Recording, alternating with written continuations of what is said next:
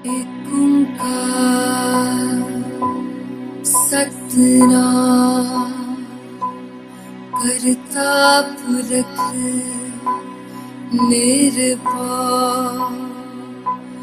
निर्वैर अकाल मूरत अजूनी सैभं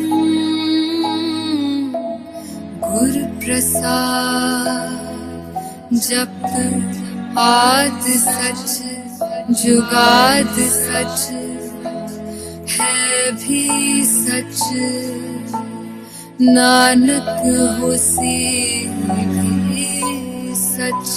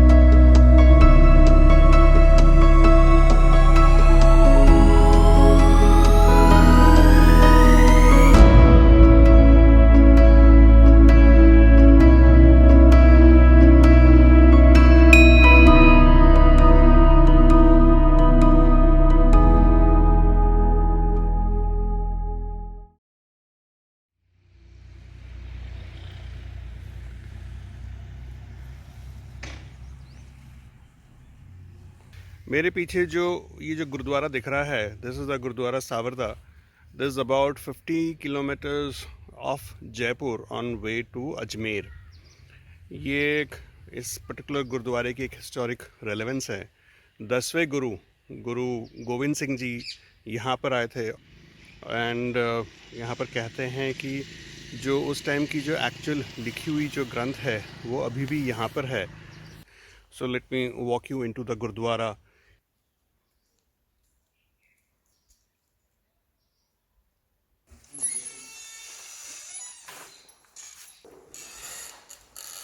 thank you.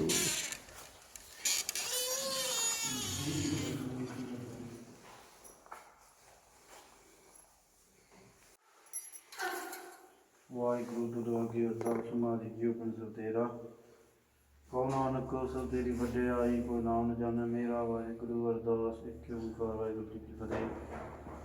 Satnam Shri Waheguru Sahib जी को अटल पुर सेविया निस सुभाए दर्शन बसिया गुरु का जन्म मरण दुख जाए हुआ सिद्ध समझी मोरे अरसो कुरसों झटिया खुद जिठे सजे पातशाह मल जन्म जन्म दी कटिया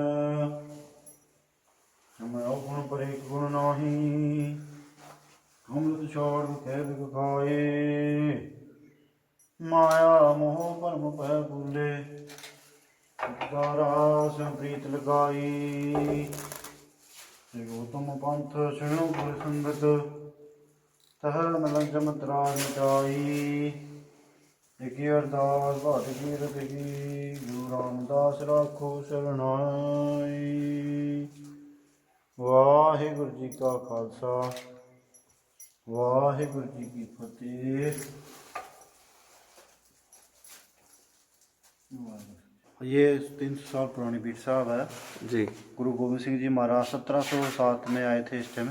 अच्छा। तो उस टाइम संत थे बाबा कानरदास जी, इनको आकर के दर्शन दिए थे। उस टाइम ये बीट साहब तैयार हुई थी उनकी याद में।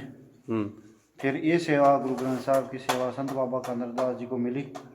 उनके बाद में फिर वो यहाँ से जेतराम जी थे नरैणे के पास, और एक संत है जेतराम जी, वहाँ उनके पास गए थे, 13 दिन वहाँ रुके। फिर वहाँ से जिनकी यात्रा थी उनको भक्तों को दर्शन देते हुए महाराष्ट्र में 1708 में पहुँचे थे। सो ये हाथों से लिखी हुई है जी।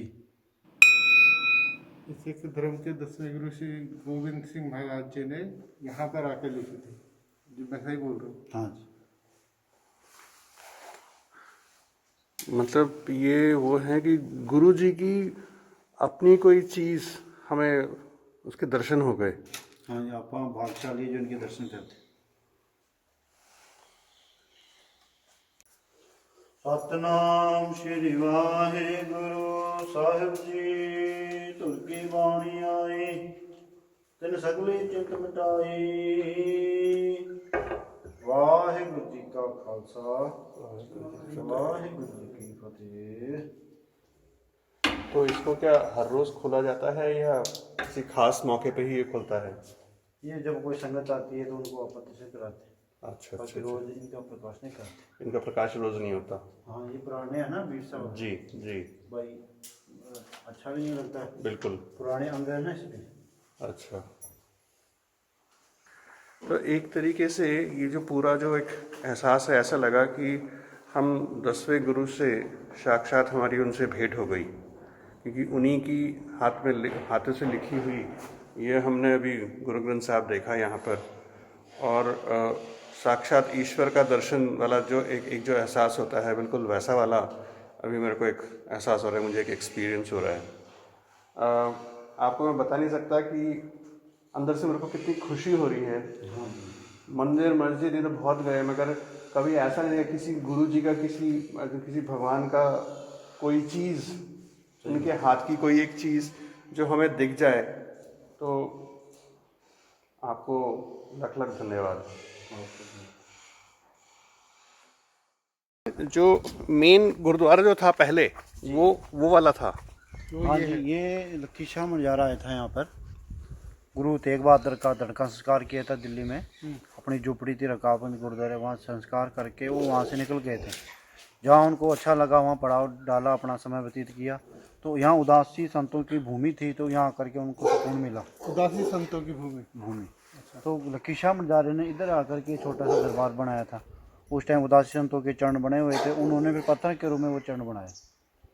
फिर काफ़ी समय व्यतीत किया इधर। फिर धीरे धीरे ये पिंड गांव भी बंजारों का ही बस गया था। फिर एक संत हुए बाबा कानरदास जी, जिन्होंने 12 साल पे बैठ के तप किया। 12 साल बैठ के तप किया। फिर 1707 से तकरीबन गुरु गोबिंद सिंह जी महाराज जब नांदेड़ साहब जाते हुए इस गुरु इनको दर्शन दिए थे बाबा कानरदास जी को। फिर बाबा कानरदास जी ने कुछ अपनी शक्ति से, कुछ वाहिगुरु की कृपा से बौड़ी साहब खुदवाई थी। तो थोड़ा 30 फुट गया, 30 फुट पे पानी आया, और गुरु साहब के पे उन्होंने बाबा कानरदास जी ने चरण धोए थे। फिर काफ़ी समय से विश्राम किया। फिर ये गुरु ग्रंथ साहब उनकी याद में तैयार हुई। तो दादा अभी क्या कर रहे हैं? So as a part of my rides, मैं क्या करता हूँ, जहाँ पर भी मैं राइड करता हूँ, आई कैरी सीड बॉल्स। तो मेरे पास जो है ना, ये बैनियन ट्री के सीड बॉल्स हैं। इसका सबसे अच्छा चीज़ क्या है कि you just need to throw them, और अगर बरसात का भी पानी मिल जाता है तो ये अपने आप ग्रो कर जाएगा। तो आपको दिखाता हूँ, ये दो सीड बॉल्स। अब इसके अंदर सीड है, ये सीड नहीं है, सीड इसके अंदर है। इसके ऊपर जो है गोबर, मिट्टी, फर्टिलाइज़र, मतलब खाद वगैरह मिला के एक ये बॉल बनाया जाता है, ताकि सीड कभी ख़राब ना हो। और हम लोग जो राइड्स करते हैं तो बहुत ज़्यादा हमारा कार्बन एमिशन भी होता है। तो इस टाइम जो हम राजस्थान का 3000 किलोमीटर का जो राइड कर रहे हैं, इसमें हमारा ऑब्जेक्टिव है that I will plant about 100 such seeds. और अगर उसका 50% भी जी गया, our rides will be carbon neutral for the next 50 years, maybe more.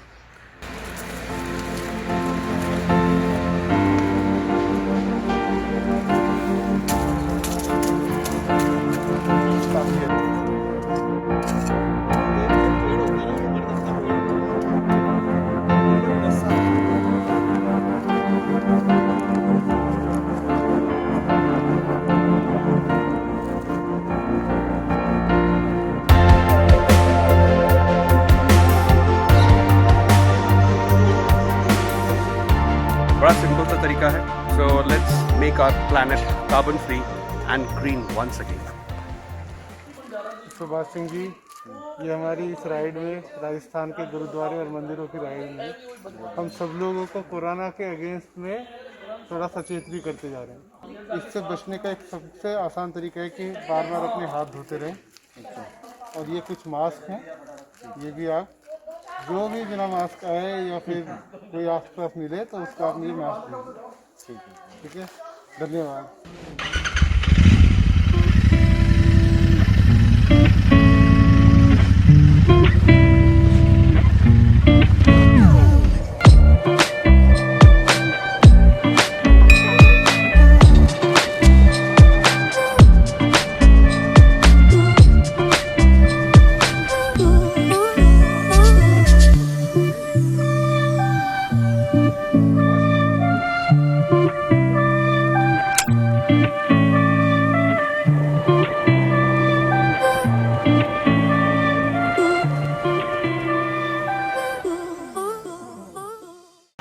मैं 100 की स्पीड पर था और राइट हैंड से दो लड़के बाइक पर आए. पहले वाला तो आराम से निकल गया, दूसरे वाला ने एकदम से स्पीड बढ़ा ली और मेरे को लगा था वो रुकेगा, बट उसने एकदम से स्पीड बढ़ाई और मेरे से लगभग 1.5-2 फुट के दूरी से निकल के गए. It's very tempting to go fast, but it is very very essential to look out for this kind of I don't say stupid people also.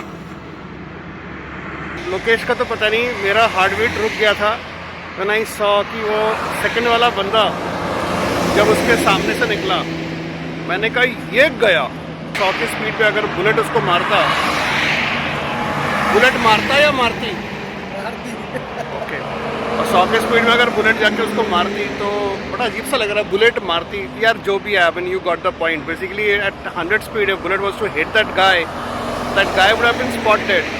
This was super dangerous and I stopped him ताकि थोड़ा सा recuperate कर जाए, थोड़ा सा उसको हौसला अफजाई करने के लिए. So this is the kind of traffic, this is the kind of people that we have to deal with when you are on the highway. So guys, ride safely. और अब जब रुके ही हैं यहाँ पर तो like we are in the middle of nowhere, पता चल ही रहा होगा. तो थोड़े सी क्या कहते हैं, कार्बन न्यूट्रल का भी काम कर देते हैं. थोड़ा बहुत सीड्स भी यहाँ पर भी बो देते हैं.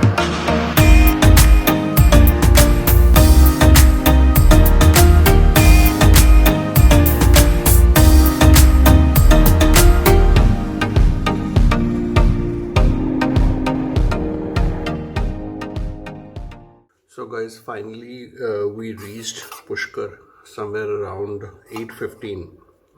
आज Google माता की जय हो. Google माता acted really weird. I'm so pissed off with Google. And अब क्यों pissed off हूँ, ये वाला वीडियो देखिए.